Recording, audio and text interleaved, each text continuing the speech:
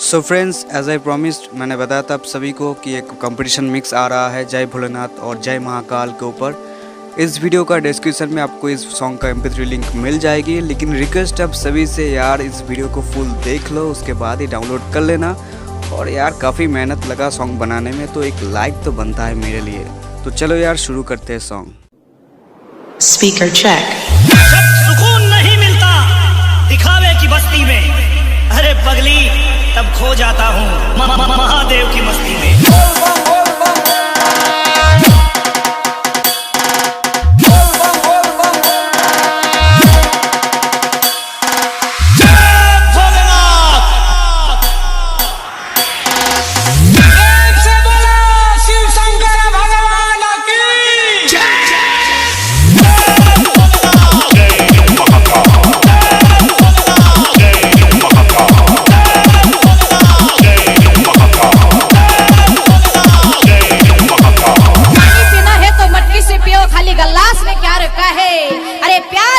तो छत्रपति शिवाजी महाराज से करो, इन लड़कियों में क्या रहे।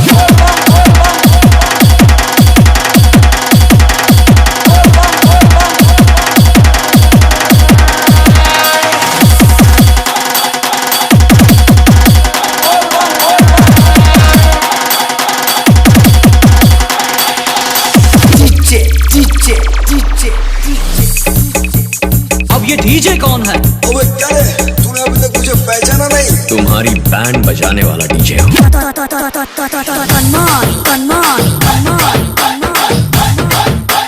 तालना तालना तालना छौकलबारा छौकलबारा। आधी तूफान से वो डरते हैं जिनके मन में प्राण बसते हैं, वो मौत देखकर भी हंसते हैं जिनके मन में महाकाल बसते हैं। जय महाकाल।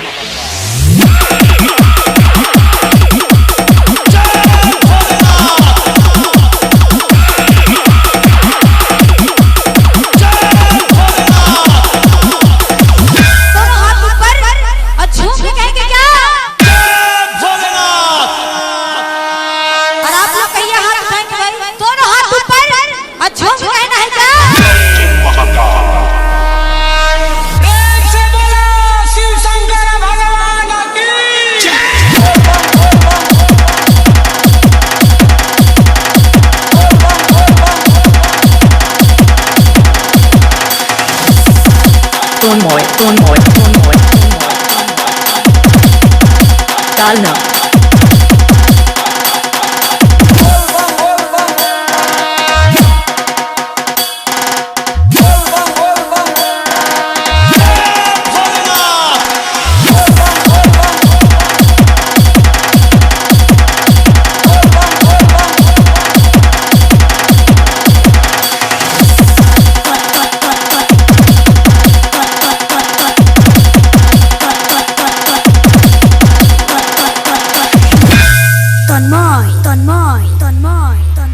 from Talna, Jhokarpara.